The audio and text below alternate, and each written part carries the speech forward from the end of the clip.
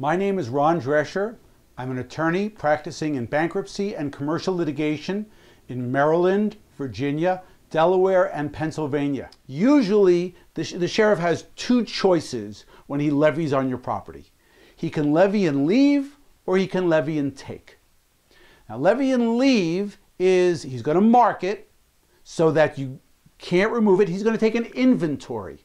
He's going to make a list of everything in your place so that you can't move it and it can't be removed to another place.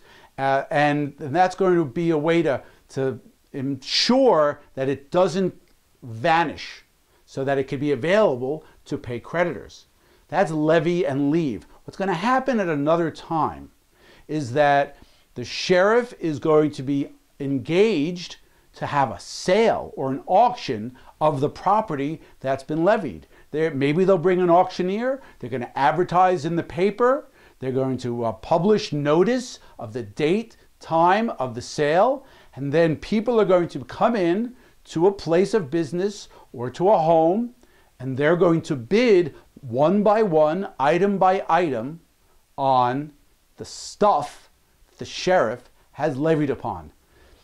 This, by the way, almost never happens, because by the time you're this close to it happening, somebody has filed bankruptcy to get protection from that. Now, sometimes, if a creditor is very aggressive and they can get the sheriff to go along with it, the sheriff will levy and take. The sheriff will pull up a truck, and usually the creditor has already hired a crew of people to help the creditor accomplish this.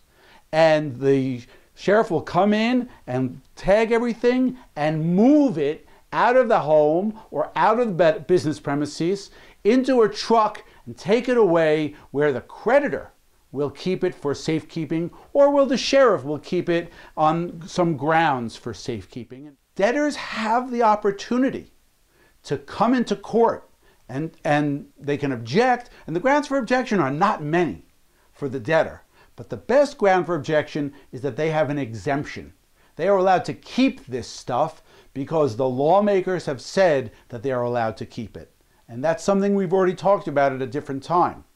But the sheriff can come in and levy, and the levy creates a lien in that property, a property interest, so that if you subsequently file for bankruptcy, that judgment creditor has a lien in those items that the sheriff has levied upon, and then bankruptcy will bring in a whole different place for the debtor and the creditor to fight about the debt and to fight about the stuff that's been subject to the sheriff's levy.